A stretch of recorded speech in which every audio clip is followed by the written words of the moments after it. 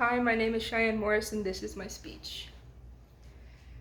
As an on-the-down-low conspiracy theory maker and legend admirer, one story that has always caught my attention is that of Mothman. With many different sightings and a disaster marked in the history books, this town of Point Pleasant, West Virginia found its place on the maps as one of the more spooky and ominous locations to visit. All of us have heard the stories of strange creatures, but what happens when the stories are more than legend? The date is November 15th, 1966. Two couples are out on a late night drive when they encounter our flying creature. The police reports filled out by the couples explain their terrifying testimony, and this is where our story begins. The creature chased them down the road, and I quote, at about 100 miles an hour, end quote. When asked to describe what they saw, they were quoted saying it was a flying man with 10-foot wings and was 7 feet tall with large eyes.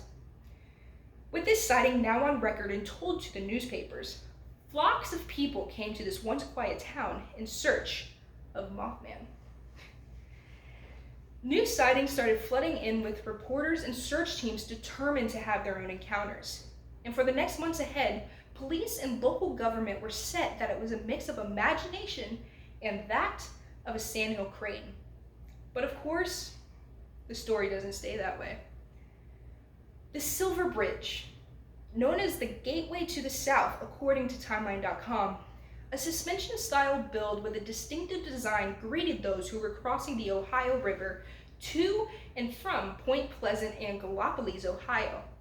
Built in 1928 and using a style that had been made popular for over 100 years, nobody saw an issue with the bridge.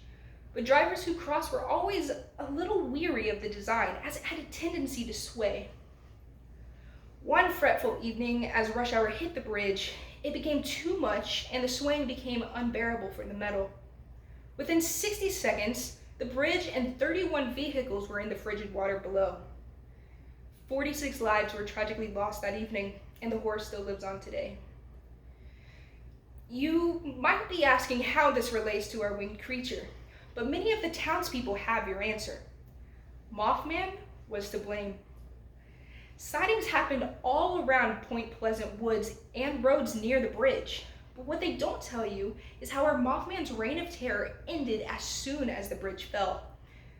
After the tragedy, no more sightings happened. It's as if nothing happened in the first place. Was Mothman to blame, or was he trying to give a warning?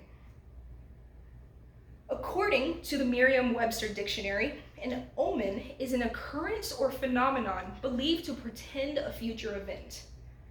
With all points made in our story thus far, it's safe to say that our legend is in fact an omen. Depending on how you view our creature, you may see the good side of him.